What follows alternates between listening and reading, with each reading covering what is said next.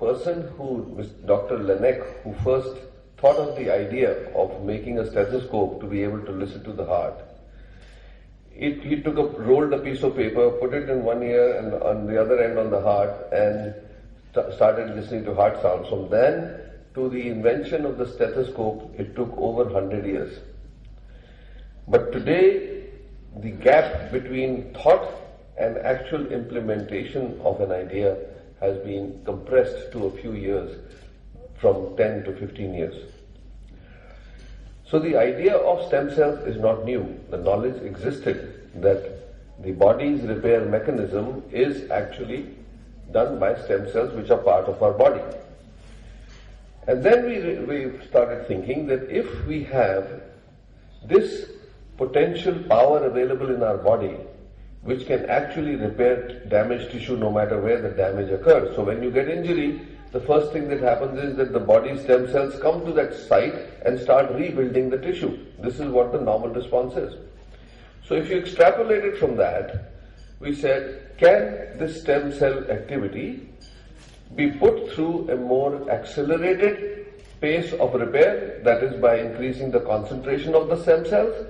And two, could you take stem cells from one human being and put it into the other? So there are two parts. One is when you take it from your own body, we call it autologous. And when we take it from another human tissue or a fetus or a baby or whatever, or another human being, that's known as allogenic. So cryobank concept came in the United States. Cryobank was about 10 years old already when we talked about it, bringing it to India. And when Mr. and Mrs. Japaria spoke about it, I thought it was a great idea that we should progress the science of stem cells in India, in the private sector, in an accelerated form, where we could partner with them and start doing the research on how to actually cure people who had no cure at all. So this has been the effort, and Cryobank for the last 4 years has seen a very rapid expansion.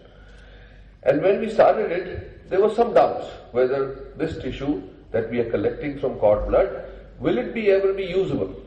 So now you know that it's been vindicated that thousands and thousands of lives around the world in the last 5 years have been saved by preserving cord blood cells from the time the baby is born. Then of course science has progressed. Now we are talking about mesenchymal cells from the cord of the baby, that is the umbilical cord itself, not the blood. So blood has got its own value. The cord itself has its own value because it's got another sort of stem cells which are mesenchymal cells, which are even more powerful. So if I was to put it together in layman language, in a very short period of 10 years, a revolution has taken place. This revolution, which actually may change the history of human beings in the way injuries, the way deformities, the way inborn diseases or things like leukemia and all those are treated. Science has progressed very rapidly, and Dr. Dharma will actually be able to tell you, because he is dedicated to blood-borne problems and usage of stem cells in those maladies. And then he will be able to give you that this miracle that you are looking at today is actually his work, with Cryobank being able to provide the cells for him to carry out this procedure. So I think from the public's point of view, where I'm telling the media about it, is that there has to be some very responsible reporting done about stem cells. There are all sorts of wrong claims which mislead people, which is then we are doing the wrong thing as medical practitioners and as partners with media where the message is going out. So if you have any questions, please ask them very frankly so that you get the right idea what is the right message to give. Now we are talking about starting a public banking of cells so that we can do for the public, for public good, take samples and store them free, process them free ourselves so that we can have enough of a bank that when people need it, no matter what, because right now the limitation is that the cells that you preserve are only meant for the person, their siblings, or if they like to donate it to somebody. But then there's public reservoir of stem cells is still not really available, and the Jaipuria family, the foundation, has agreed to invest, to put in the money as their contribution to gradually build this public stem cell bank, which will actually serve the whole country and the region. Because stem cells cannot be cross-fertilized like the Caucasian gene pool and the Indian gene pool are totally different. If an Indian needs stem cell transplant or bone marrow transplant, it cannot be crossed because their match is very difficult.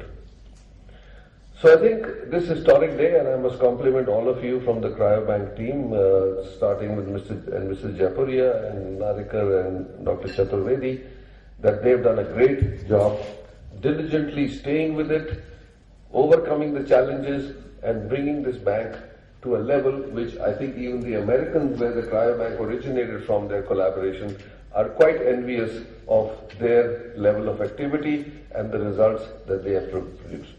Now the next steps are coming. The next steps of stem cells is that from a human bone marrow or umbilical cord, there is X amount of stem cells that you can extract. And the healing power will increase exponentially if you can multiply those cells. So now the next steps that the facility has already under construction, where we can now multiply these cells, what we call a cell culture or cell expansion facility. So we have tied up with a California company, and that will enable us to be able to expand the cells. And I can tell you myself that we are using it in heart patients with amazing results. Their heart function has improved 30% with the patients that I have treated with stem cells who had no hope otherwise. So there is a huge potential, and I hope that you will continue this dynamic work, which is actually losing a lot of money, but that's your contribution back to society. And I think I would just, whatever we can do to spread the message, to support you. And now we have Dr. Dharma, who just joined Vedanta also, the institution I am in, and we shall continue to do this research for the benefit of public at large. Thank you very much. Thank you so much, sir, for those inspiring thoughts. Stem cell therapies indeed hold many a future cure. Well, seeing is believing.